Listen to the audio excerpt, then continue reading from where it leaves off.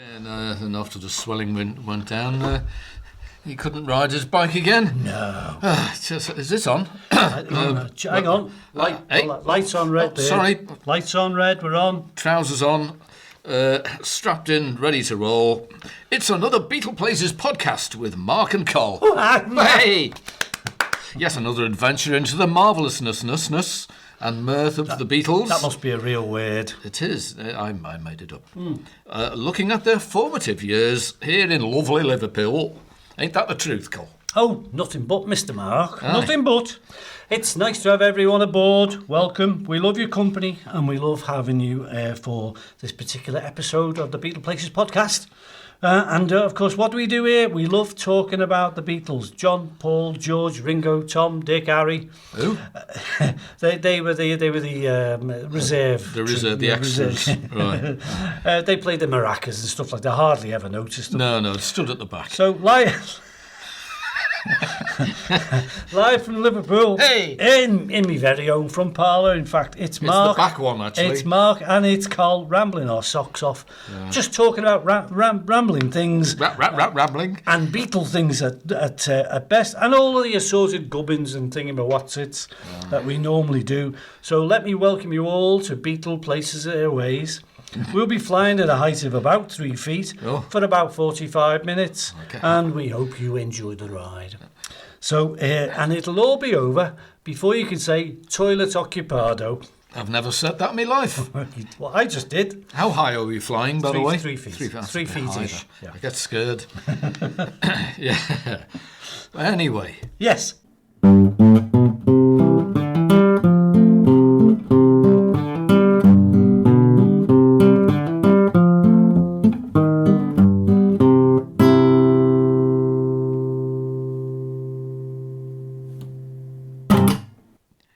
Yes, in that order.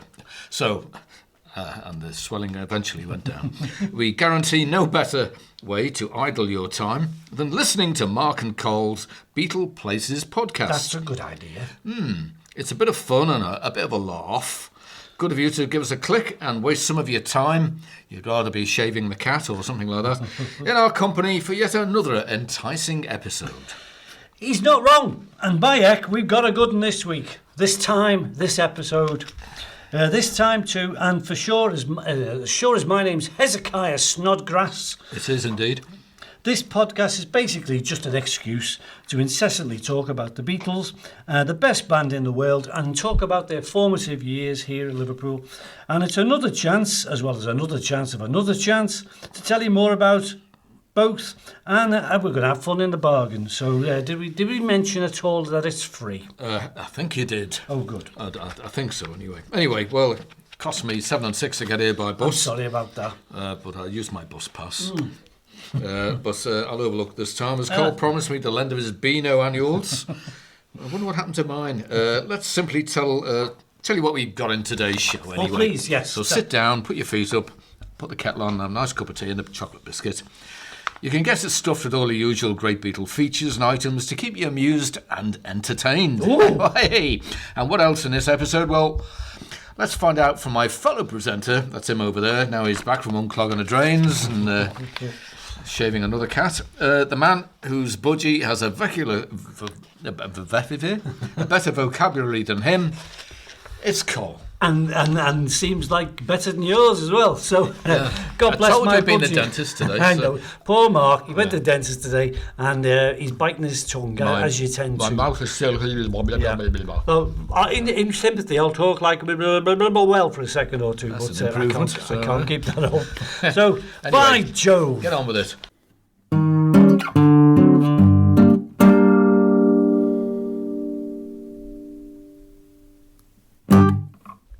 Ta-da! By Jove, that's a catchy tune. So, who's a pretty boy then? Yes, live from my front parlour. Once again, it's the Beatleplaces podcast with Mark Col, and we have a metric ton of Beatles stuff today. There's the terrifically good Beatles, I'll say that in English. There's the terrifically good Beatles Trivia I think Quiz. we should slow down a little. Yeah. But take off the pedal for a second. There is the terrifically good Beatles Trivia Quiz. Is this slow enough for you? No. There's the terrifically good Beatles Trivia. Take 9. There's the terrifically good Beatles Trivia Quiz from Mark. More fiendish Fab 4 questions to scratch your head to. And we got Mark doing that. And Mark, as well as that, is going to present this month in Beatle history. And then it might be both of us, or I think it might be me flying solo again, doing the Beatles Book review. And that's from Mark and Col. Ooh, that's me. And as well as that, I tend to do another little review about the Beatles albums. And this week we're going to look at Abbey Road.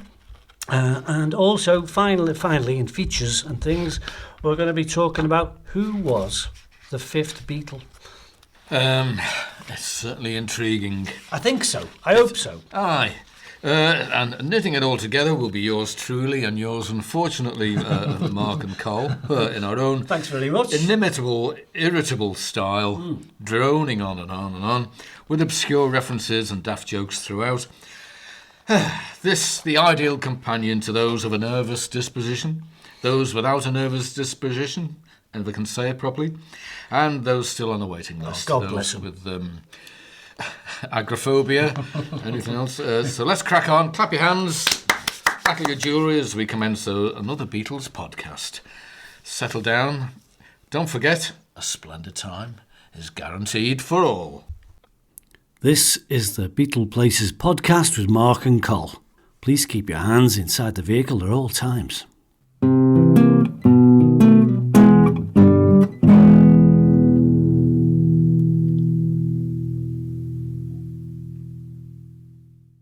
Well, and welcome one and all to the BPWMAC. That doesn't go very well. Let's say it's the Beatleplaces podcast with Mark and Col. So, in order of shoe size, here's Mark with that ever-reliable, undeniable, incontrivable, terribly terrific, tricky Beatles trivia quiz. Mark, here you go, lad. Do the honours. Right then. Are you ready? The first question comes in 3 parts. So I'd like to know... Tell him as well, I don't know what the answers are. Col doesn't know what the answers are. This is totally off the wall. I'm your test audience. From the album called Sgt. Pepper's Lonely Hearts Club Band, there's 3 tracks. I would like to know how long they are, without you sort of rushing over to look at the album cover or anything like that. I've got a measuring tape, hang on a minute. Right, are we ready? The first one, with a little help from my friends, how long do you think that track is? Ooh, yeah, okay. All right. You want to answer it straight away? Or Leave it a bit. We're going to be a bit of a latent one. Leave it a couple of days, and we'll Let come back it to stew, it. yeah. So, with a little help from my friends, how long is that track? Right. So, don't go off and stop this and go off looking at it now. The next track, Lucy in the Sky with Diamonds, how long is that track? Do you think it's longer or shorter?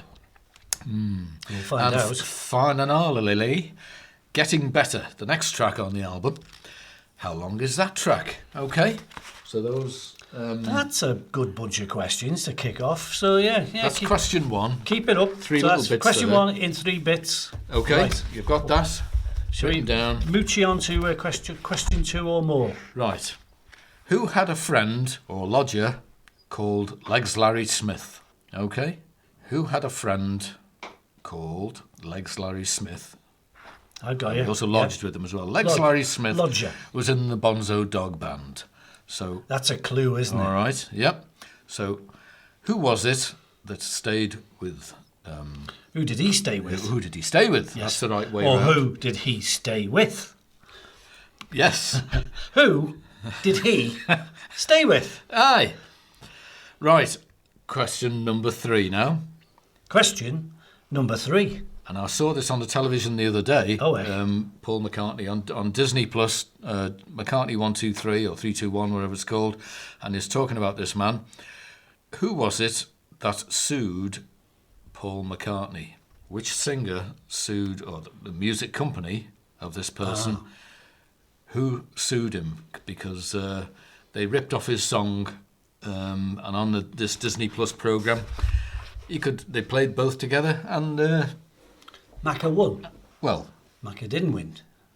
Macca. I don't know whether he won or not. Oh, right. Oh, great. To be honest. But To be confirmed.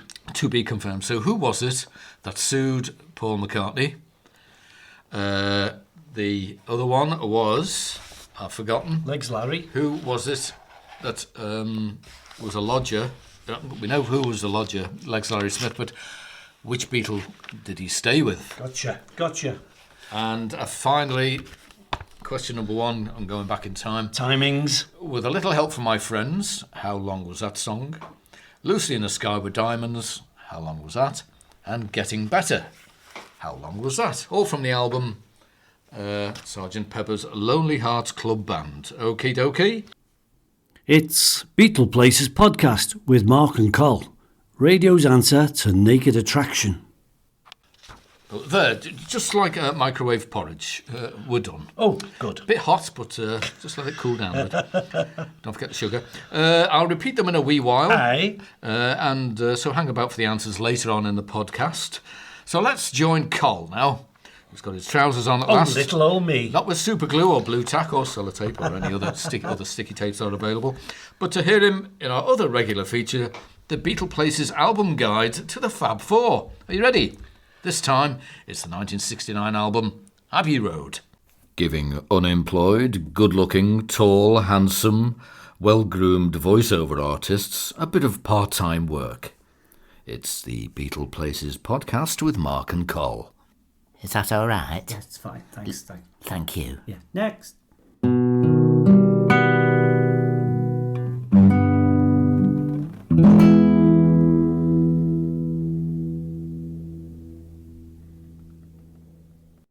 Well, Mark, very much. Yeah, it's Col here, and I'm featuring a little thing called the Beatleplaces album guide to the Fab Four. The album that launched the zebra crossing industry as we know it. Yeah, it's time again for the Beatles album guide to the Fab Four, and we're getting near the end now. We're getting near the end of the big catalogue of genuine albums, not compilations and stuff, but this is the one that seemed to make a big difference at the end. It's the album Abbey Road.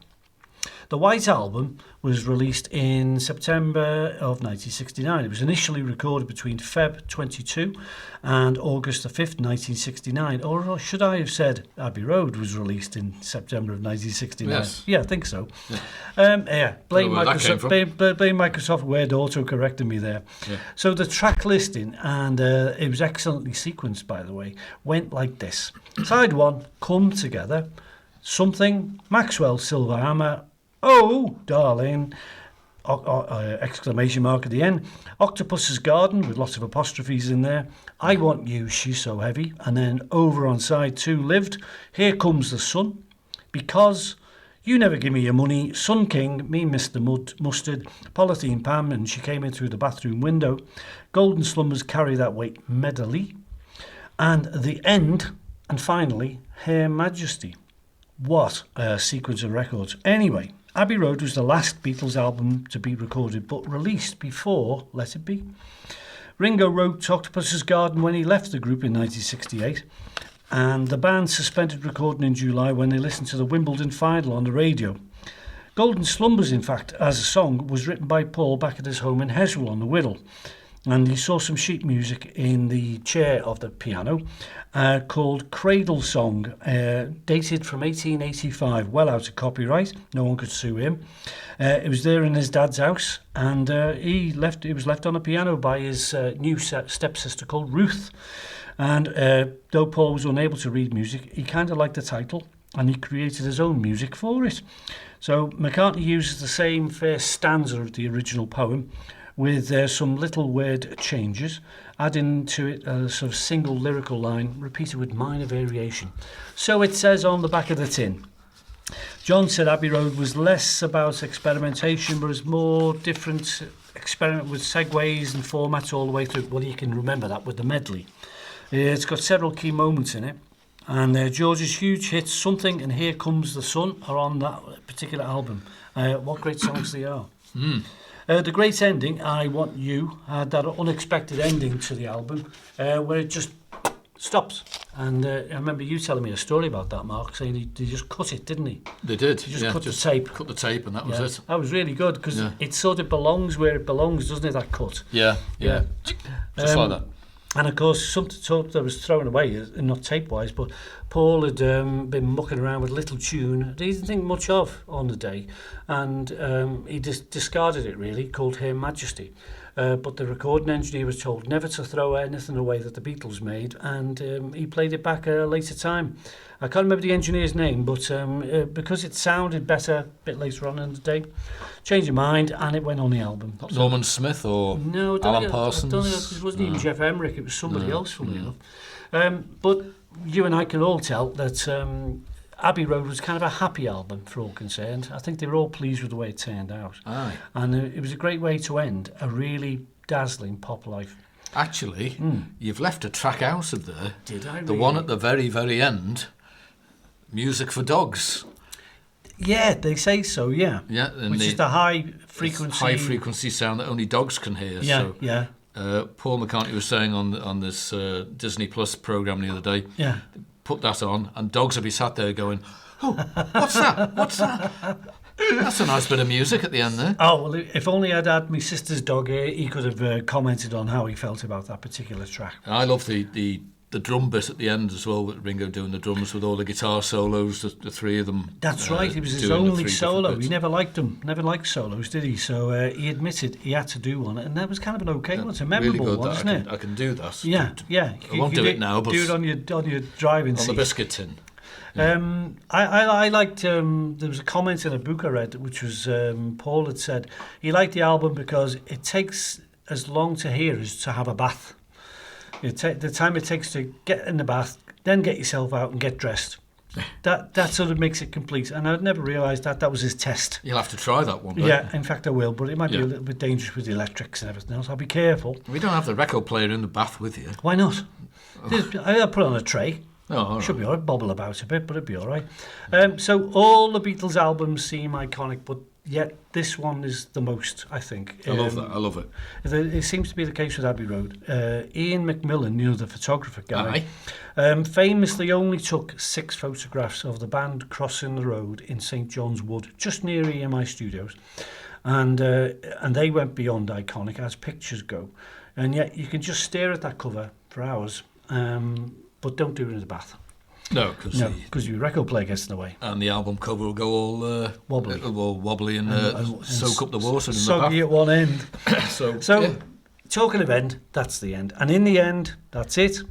Abbey Road, 1969, Les Beatles. Should I do the high-pitched bit at the end? If you like. Here we go. Quiet. Shh. After. Later. Down, boy. Down, Rover. Down. I think he liked it.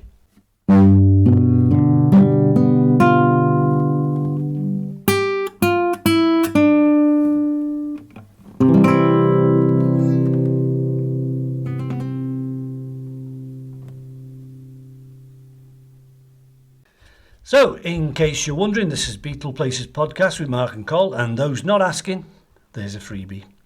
According to this carrier pigeon, now it's time for the This Month in Beatle History with Mark, brackets Q here fans, Glenister. Oh. Take it away, kiddo. I will. I'll do my best, like. So the year is 1967. Yeah. Or it was. It isn't now. But once upon a time, long ago, it was. Yeah, if you check your watch.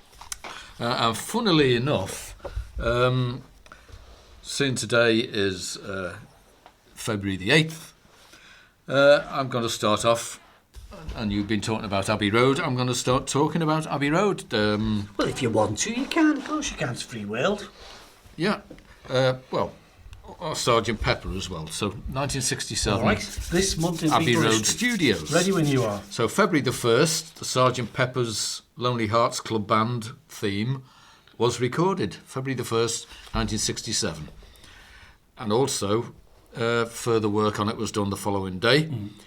And also, A Day in the Life was done on February the 3rd. That was sort of, they did some work on it then. Ringo added his drum track, replacing the previous one that he did. They still fiddled around a little bit. And on February the 5th, the horse riding scene for Penny Lane, where they're all in Stratford. they're all galloping up and down In London. did it Angel Lane in Stratford, East London. Oh, right. So this is where Ringo's horse got a bit carried away and trotted off down the road with him. So the Beatles returned on the 7th of February to Knoll Park, Sevenoaks, to shoot some more horse riding bits and pieces and the candelabra scenes for the Penny Lane promotional film. That's right. Mickey Dolenz from the Monkees and his manager Rick Klein spent an evening at Paul's house in Cavendish Avenues. So what they had to eat, I do not know. You know, the usual, I guess. Sausages. Pheasant. Yeah. Pheasant sausages. Pheasants and sausages. Yeah. And on February the 8th, which is how many years ago today? Bloody ages ago. You're quite right. In the morning, work began on John's Good Morning on that day. Oh, I quite like that one. And tomorrow, February the 9th, which happily enough is my birthday tomorrow. Thank you. The Beatles recorded 3 takes of Fixing a Hole at Regent Sound Studios, Tottenham Court Road, instead of at Abbey Road. It was their first time away from EMI's own studio facility. Why they went there, I do not know, but they did. February the 10th, more Abbey Road stuff. They recorded the orchestral chord for A Day in the Life. Oh, the big E chord. Yeah. 9 pianos, was it? 9? Something like that, Oh, yeah. yeah, And in the studio was Mick Jagger, Marianne Faithfull, Keith Richards, Donovan, Mickey Dolenz, Patty Harrison, Marique Koja of The Fool, the album... Oh, the Apple people. Apple people. Yeah. And they were all there at the same time. So the rest of February, all work on Sgt. Pepper's, and also Paul started writing Strawberry Fields as well, the middle of February. Right, yeah, with the expectation it would be on the next album. Yeah, and but kind of was needed as a single, wasn't it, for Crimbo? Yeah, it sort of got pushed back a little bit, really. And on February the 20th, they added all the fairground sounds to the benefit of Mr. Kite. General bits of foot-long bits of tape that they threw on the floor and Calliope joined music, them all up again. It's called Calliope music. Yes, that's right. And fairground music, all the fantastic pipe organ noises. That Steam organ they had, but all foot-long sections. They threw them on the floor, joined them all up again, and great, really. Did that. It's just great. February the 21st, 1967, Fixing a Hole was completed. So they filled the hole that day. Oh, yeah. So many more holes left in Lancashire, but there you go. We fixed that one. And on February the 28th, more Sgt. Pepper sessions. So they're very busy at the beginning of 1967 doing that. I think it was their chance, sort of following like all the gigs and all the concerts that they had to play. This was their playtime, this was their time to use the studio so much more, because they were given carte blanche with it. And all day, February the 28th, they worked on Lucy in the Sky with Diamonds, the picture that 3-year-old Julian brought home from school. Of Lucy O'Donnell. With the diamond-shaped stars in the sky. And the teacher told Julian to carefully write the title across the top of the drawing, which is where John found the title for his song. So that brings us to the end of February 1967. Good bit of history, you go. A good bit of history there, and interesting too. Thanks, Mark. Oh, can I go now? No, you've got to stick around, sorry, mate. I haven't had me tea, huh? Well, just watch me eat. Oh, all right. Right, welcome to the show. Got to mention the quiz, there's always a quiz, and then put some trivia things out there, and then we'll have a review of the books, and then we've got to do an album review, and we've got to get Mark tell some jokes, because he's got to be funnier, must be funnier, and then we can end with the song, and that'll do, I think. Whew. By Jove. It's hard work, this typing.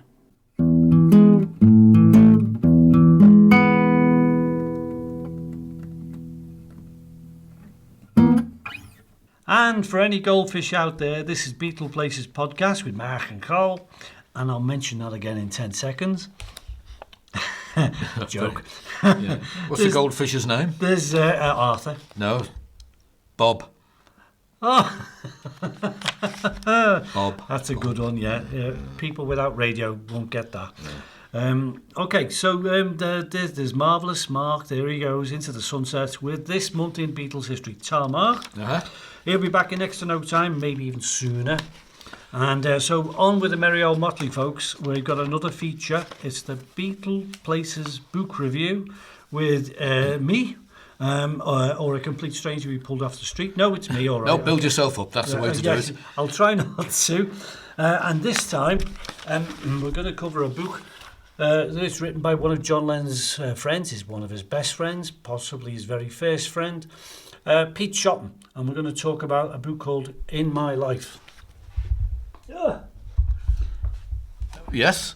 Sorry, I had to go and get it. Oh, right. Sorry, sounds of feet down hallway, sounds of feet coming back up hallway. Here I am, hello. Oh, hello. There So you are. Then. there's the book, just to prove I bought it. You did, yes. Very nice. I've seen it on eBay and things like that, very expensive. I got it normal price. I don't know why it was so expensive somewhere else, but you got to be an idiot to pay too much. Yeah. It's been in somebody's cupboard for a long time, no? Near the window. Yeah.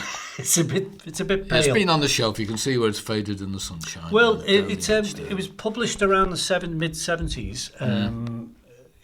Just for all, I do beg your pardon, published in 1983. Oh. Post John Lennon being assassinated. And Pete Shotton obviously thought, now's the time to mention so much.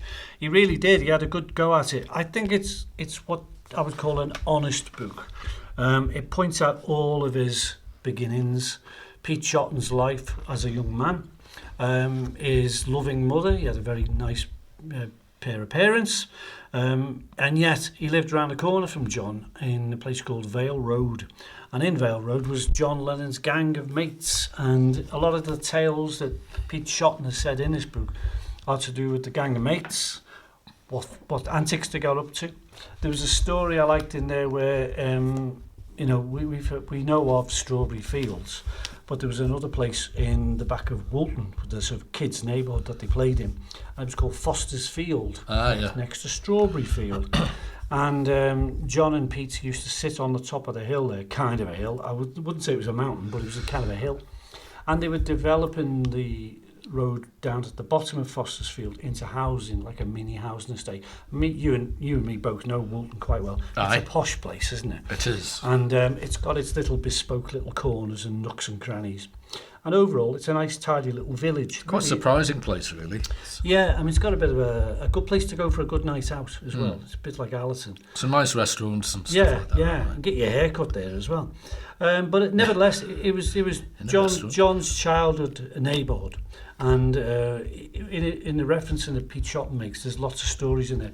One was about the fact that being young men, teenagers, they just loved music and they loved messing around and they loved chasing girls and of course things like sex and stuff was kind of not heard of. But they pursued what they could, and Pete Shotton and him were sat on this Foster's Field one day, and he noticed down at the neighbourhood, at the new houses, people were sunbathing in the back of these new houses, and there was a guy who was a policeman who owned a house down there. They must have known who it was. And they said the wife of the policeman, she used to take her top off in the garden. And that's what John and Pete did most afternoons. They just sat there and watched this lady sunbathe. Name not known. No. But the other stories are obviously interesting because Pete Shotton continued his relationship and friendship with John right through to the end of his life because he visited him in New York and things like that. And Pete Shotton, of course, married Beth Davidson, who was the pretty nurse in Penny Lane, and Pete Shotton did all kinds of weird stuff. He was a cadet policeman, he ran a restaurant, he ran a cafe. Oh, he did, yes. I'd forgotten about that. The Old Dutch cafe. And then with the Beatles' help, he opened a supermarket in a place called Hayling Island. I'm not sure where that is exactly. It's Berkshire, somewhere like that. Well, aye, you could be right. I'm not too sure myself. It's London direction. Well, the thing is, obviously he had a knack. He was just as much as naughty a school kid as John Lennon was, because he got in trouble as many times, and yet John Lennon got the fame bit to it. So he was famous as being a rebel, but Pete Shotton was expelled. in detention, in trouble all the time. And yet, he tried to have a kind of stable life after he left school and became a policeman and became a shop owner and became a restaurant owner. It's just strange that he still had a talent for something. While he was John's mate, he branched out into opening restaurants and things, and he ended up owning the Fatty Arbuckle restaurant chain, which he sold for millions. So he was a proper millionaire all on his own merit. And yet, so much was said, but there's quite a few rude stories in the book, which is called In My Life, about the girlfriends that he had, even when Cynthia was around. But I've traced and tracked down who they were, but they were all kind of in the neighbourhood of where they hung out, which is Woolton, Allerton and stuff, especially a lot of girls in flats. And one of the stories is about two strippers that John and Pete hung around with, and they went back to their flat a fair amount. The funny thing was the flat they had was above a funeral director, so it must have been dead weird. Dead weird, very good. Anyway, I like the book because it's so honest. I mean, with the internet now, you can research this to death. But it's nevertheless one of the best Beatle books to read is the actual story from Pete Shotton, In My Life, and you'll always ask me this, Aye. Coronet Books. Very good, yes. And at the time, You've got to give them a plug. It cost £5, and it must be worth at least £6 by now. Maybe $6.50. What a bargain! Aye. So there we have it, folks. Beatle book review, In My Life, Pete Shotton. Play us backwards, and it still doesn't make any sense. Beatleplaces Podcast with Mark and Col.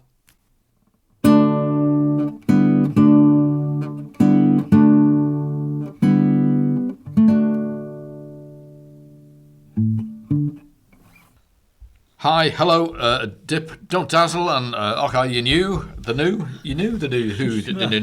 We'll have another run at that. No, I'm not doing it again. It's bad enough them listening to me, never mind again. Darn me socks, it's the Beatleplaces Podcast feature time. Big music now, Pearl and Dean music coming up. Yep, interesting one this time. It's about the fifth Beatle. Well, yes. Now, whom could that be? Well, a little bit of research, and you could, just out for the hell of it, you could tell me who a fifth Beatle is. But I'll give you a few that I've looked into, and we can add a few more at the end. Certainly. The fifth Beatle. It's a phrase that's been banged around for a long time. There's always been the mention of, he was the fifth Beatle and she was the fifth Beatle. Well, the Fab Four's a name everyone knows, but there's only been one Fab Four as far as the universe is concerned: John, Paul, George and Ringo. Mm-hmm. But perhaps the Fab Five deserves a mention and some merit. No, it's not a tribute band that can't count. It's to do with anyone who was a fifth Beatle, in quotes. The term was coined for any person who's in sort of the satellite of the Beatles. Not in the band exactly, but influential in some way or other to the band. It was a phrase begun really years ago on the Beatles' climb to fame, and in terms of people who deserve the title, there's a whole bunch, and me and Mark will talk about it in a sec. We'll just have an informal chinwag of all those people who you could say, yeah, I suppose they could be, and deserve that title, the fifth Beatle. Some are around very early on in the Beatles' lives and existence. Some came later. Some did one thing, some did lots, some never left. But what they all did was something either notable or individual or influential, but essentially critical to the Beatles' success on their path to glory. So the list isn't exhaustive either. I mean, as news comes to light, even now of people who mattered in the Beatles' story, and even now, they deserve a credit. So where do we start? So once there was a fifth Beatle, there actually was a fifth Beatle in the band. Who was it, Mark? Do you remember? It was, originally? Yeah. You mean? Right. There was Klaus Voormann. There was, you could say Pete Best as well. And Stu Sutcliffe. Stu Sutcliffe, it was the one. He was the one I was fishing for, because he was officially there. I'd stretch it out a bit. So that's when the band was five, and they played on the first tour as a five-some Is that a good word? Yes. On the tour of Scotland, then they all went over to Hamburg, and it was there when sort of Stu didn't stick around for too long, and they became really good musicians, but Stu left them midway. And he was interested in the Exy crowd that came to the gigs and changed the way the Beatles looked. And He was more arty, wasn't he? Oh, yeah, certainly an arty type. Into his art. Pole and X and all that caper. So Hick-hack-hock. if anything, the Hamburg crew were Klaus Vormann, who you've met, Jürgen Gvollmer and Astrid Kirchner, who were influencing each other, and of course the Beatles. Stu handed over his bass to Paul and left him to become one of the world's best bass players, of course. But Stu's influence and attitude certainly interested the band, especially John, who carried on the baton after Stu's death. Another fifth Beatle might be a guy called Chas Newby. Oh, yes. Because he deserves certainly a membership to the club of the fifth Beatle. He was a young man, just a student, chemistry student, I think I remember. And he was in a little band in Pete Best's frame of friends. And he was in a band called the Blackjacks. And the thing was, he kicked around, hung around the Casbah, where Pete Best's mum ran. And for a brief time around Christmas of 1960, he played bass for the band in the Beatles because Stu had gone and they needed somebody to play the bass, and it wasn't always Paul. But this Chas Newby, he played 4 significant gigs around Liverpool, especially the Litherland Hall gig, the Town Hall gig, when they had just been announced as direct from Hamburg, and that's when they really made an impact and became the band for all the musicianship they had. That's when they proved themselves, and funnily enough, Chas Newby was in that band. I suppose he sort of kept them ticking over as well, really, didn't he? Rather than not having a bass player. Well, it kept them going. It seemed to have helped at the time, and he's always lived off the glory of it, not in a big way, but he only played it for laughs. But he was there. He was on that stage, and he performed those shows. He just went back to uni after it was all over, but he was definitely there. And I would say, boink, he's a fifth Beatle. Yeah. Okay. Maybe another one that could be considered a fifth Beatle is our friend and yours, Neil Aspinall, or better known as Nell. George even said he was a fifth Beatle at one time because he knew him from school, he managed their lives, he managed their business, especially after the Beatles broke up. He was trusted, he was very loyal, and he was a Scouser because it helped because he was from Liverpool that we had that inner circle thing going on. It was all that kinship because, as we know, Scousers are salt of the earth, and they always helped anyone who within the Beatles and beyond the Beatles. So he was even loyal to Pete Best when he got kicked out because he was sort of dating his mother at the time. Oh. But still, you know, he would help anyone. And when Apple was in all the sort of Alan Klein period and having all this upset, Neil kept busy, and he was slowly in the background. He was collecting all the archive material for future things, and we see them now, don't we? We see them on the Get Back movie, and we can see them on all the sort of projects that the Beatles band have done when we see him on TV now. Aye, and also I would say Mal Evans as well. He was sort of a fifth Beatle in a way. Oh yeah, I mean that's the thing. It's very open in terms Everybody of who deserves a mention, short term, long term. Mal Evans, what a guy! You know, gentle giant, nice guy, helped him along, a lot of adventures with them. Sad ending. Yep. But there we are. He was in that fifth Beatle category. And George Martin as well. And I'm going to mention him in the second half. Oh, right. So what we'll do is we'll say that's part one of this little Beatles featurette.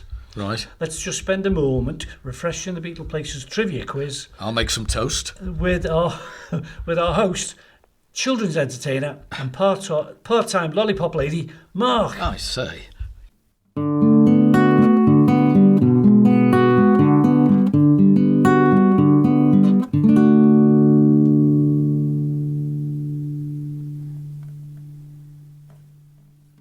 Right, now then, gather your loins together because it's time for the Beatles Trivia Quiz repeat.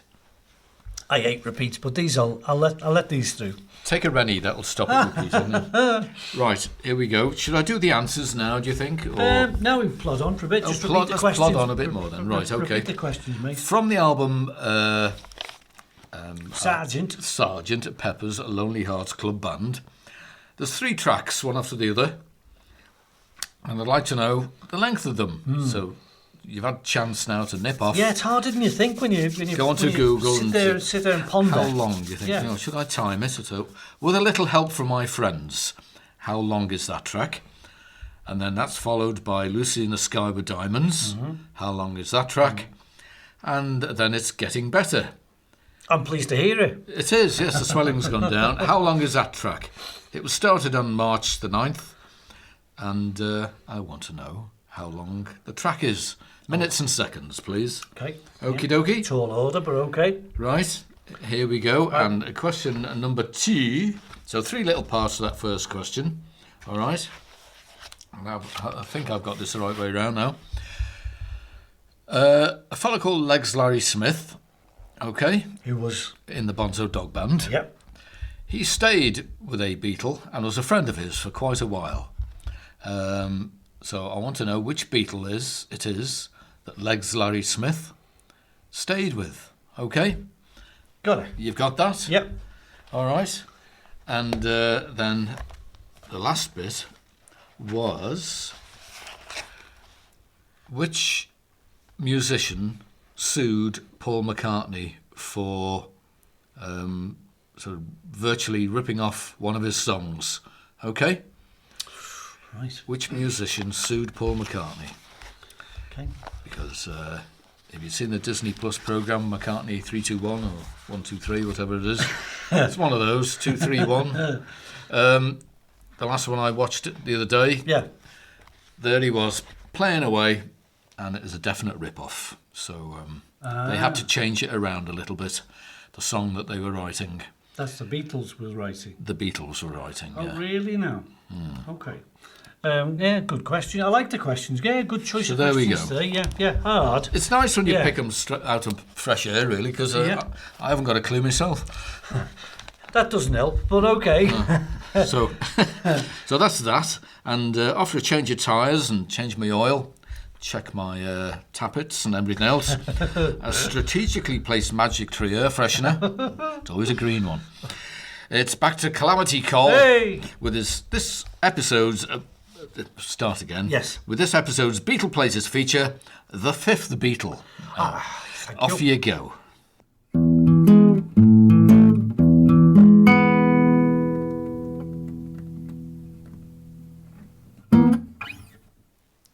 Yes, thanks, Mark. It's part 2 time with our little Beatleplaces feature, The Fifth Beatle, because that's what it is. We're talking about The Fifth Beatle. Can't be denied that the last 2 people up for the title are worthy candidates. Mark had mentioned one of them earlier. Brian Epstein was the manager who didn't exploit them, first and foremost. He believed in them rather than choreographed them every which way. He didn't kind of manage their musicianship. He just put them on the world stage and got them noticed. He was a bit of a fumbler at first and didn't quite do everything perfectly right. But then again, no one had had the Beatles before. He got them gigs, got them tours, got them recording contracts, and then wound them up and let them go. But he did pioneer so much in terms of how a band could be a success worldwide. He'd never done anything like that before, though, had Never, he? I mean, you think about the job to do, you know. Selling furniture Wow. and then Yeah, selling a band. selling a band. Yeah, and he did the furniture one not as good. No. But he got attention. He pioneered this much merchandise, music publishing, and he could have improved on it. But there'd never been these Beatle people before, so we can't accuse him of messing up.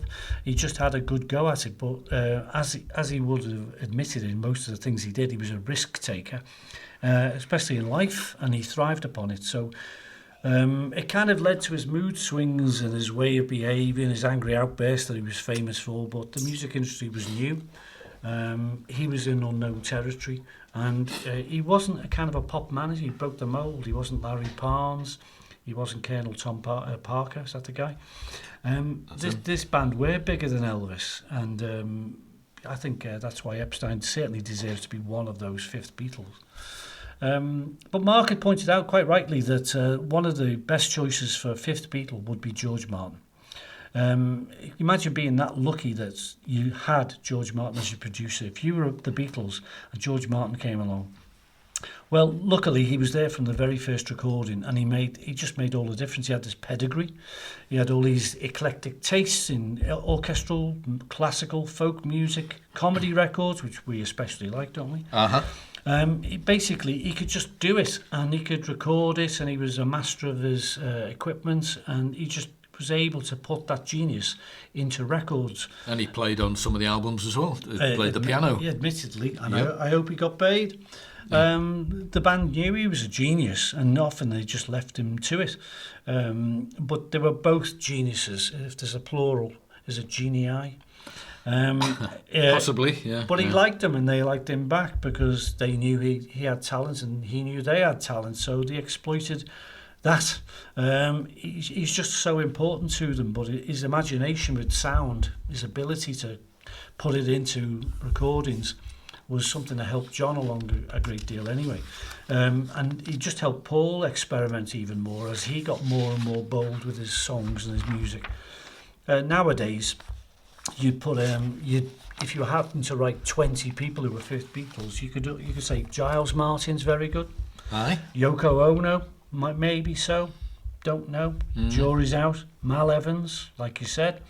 Pete Best, like you said. ELO, I think. Big deal. Yeah. Derek Taylor, who was a good laugh, actually, as far as I can tell. Very laconic. Bit odd, but okay.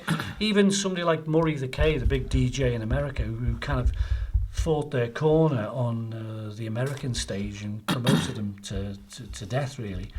These are all contenders to be in Fifth Beatles, so it's never going to end as a debating point.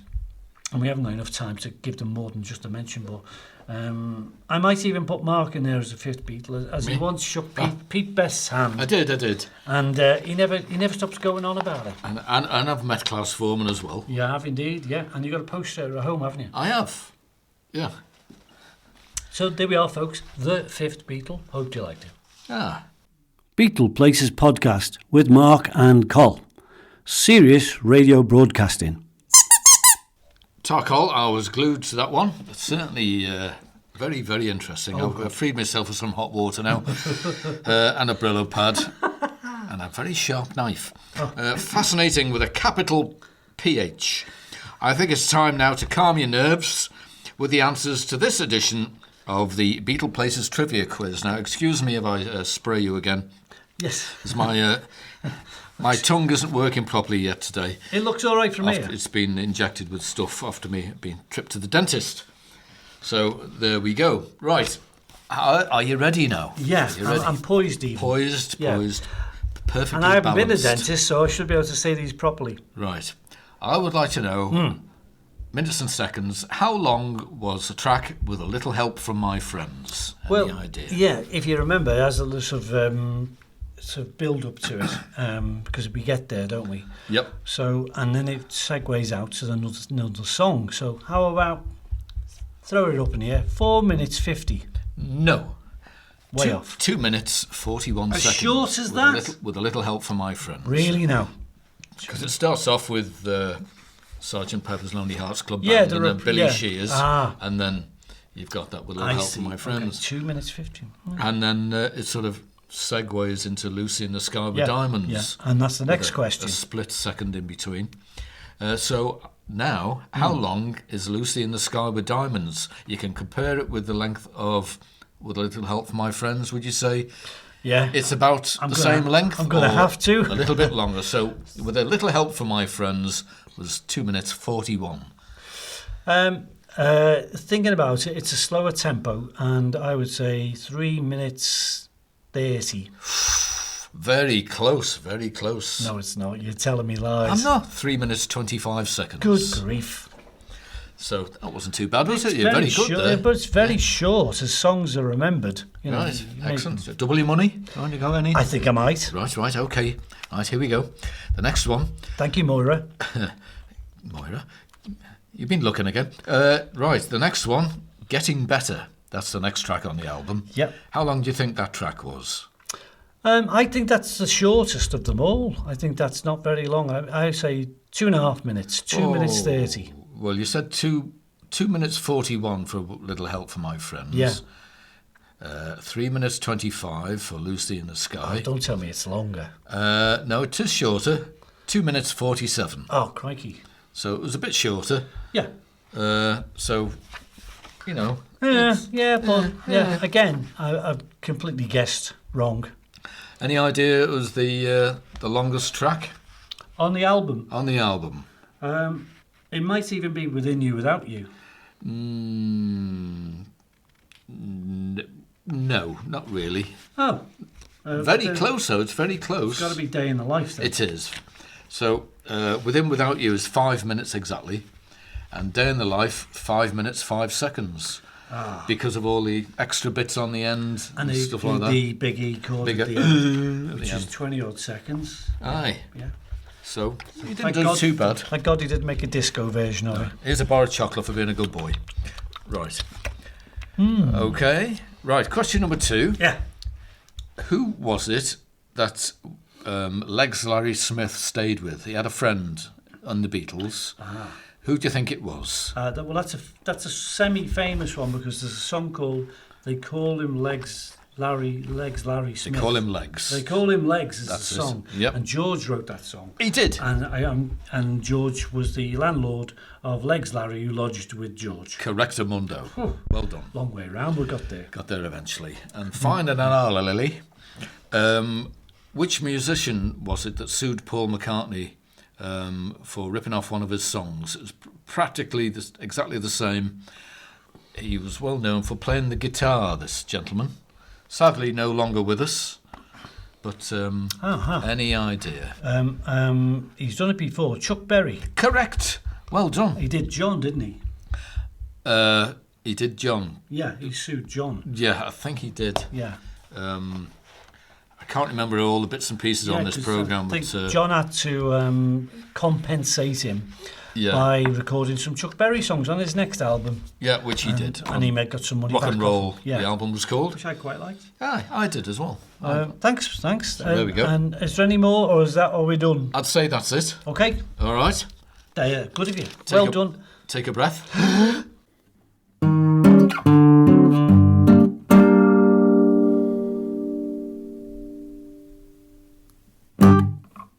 Well, thank you, Marky Poos. Well, according to my electricity bills, I'm due to be disconnected any minute now, so we better wrap this episode up, old matey. Aye. Can't argue with that. Okay. Next time I'll bring some miners' helmets, some HP2 batteries. Big ones. A couple of jumpers and a nice pair of shoes. I think. We'll be back, folks, imminently, so take his word for it, with another Beatleplaces podcast with Mark and Col. Oh, yes. Sound as Ezra Pound.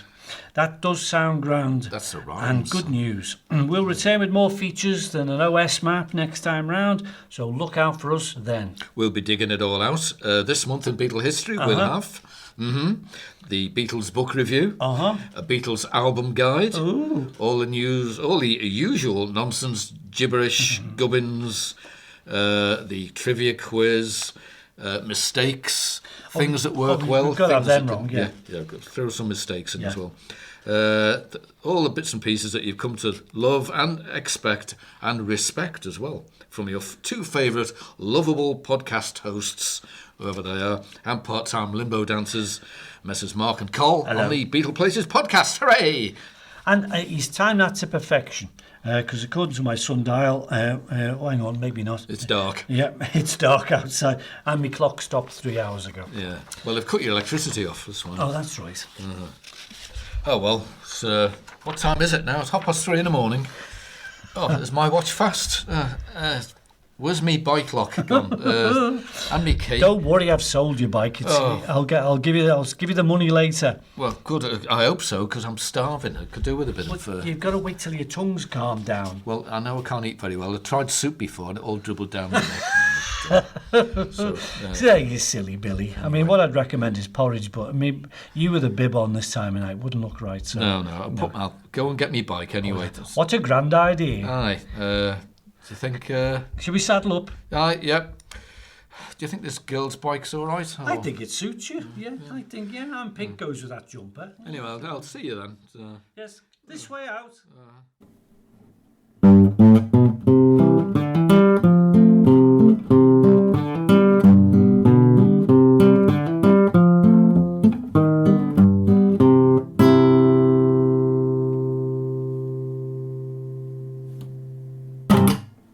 Ahem.